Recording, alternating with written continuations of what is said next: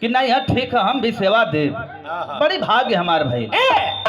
लेकिन खर कौनो बात ना है तो तनी से 2 लाइन मतारी भगवती गई नवयुवक मंगल दल दुर्गा पूजा कमेटी के सानिध्य में माई भगवती के दरबार में एगो बेटवा पहुंचल है यही लेढ़ूपुर और कहत है कि हे माई हम देखली ना और न कान से अपने बस खाली सुनले है।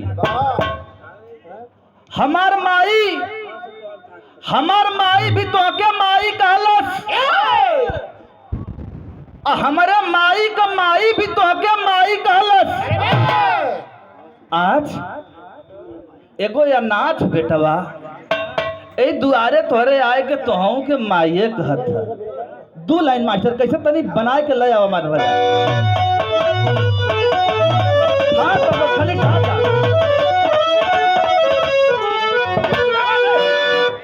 कहत हे मैया हो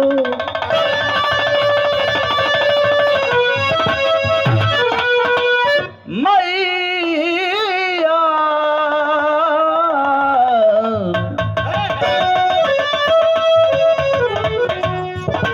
हे मैया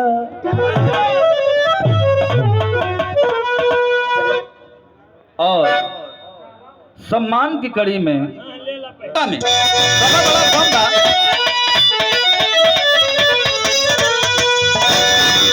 भक्त कहले बाकी हम गाई हो हम गाई सब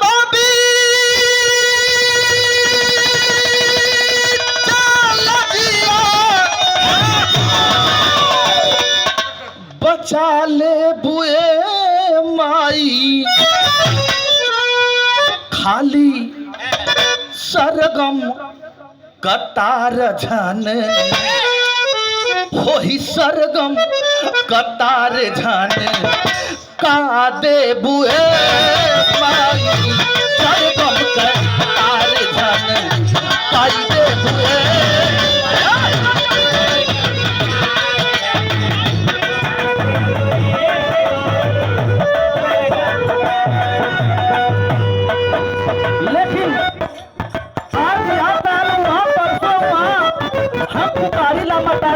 नाराज ना हो कैसे कहो था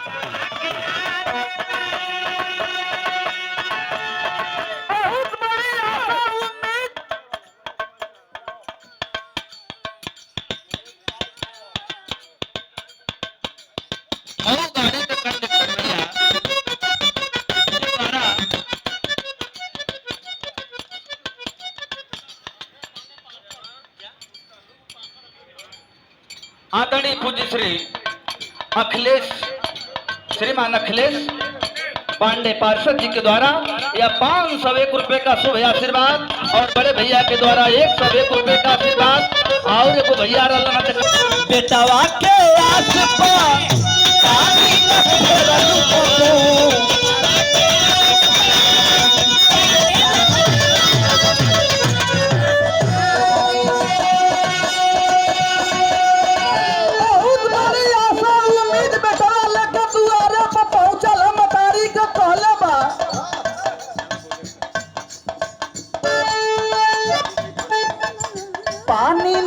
ढेर लुकबो बेटवा के आस पर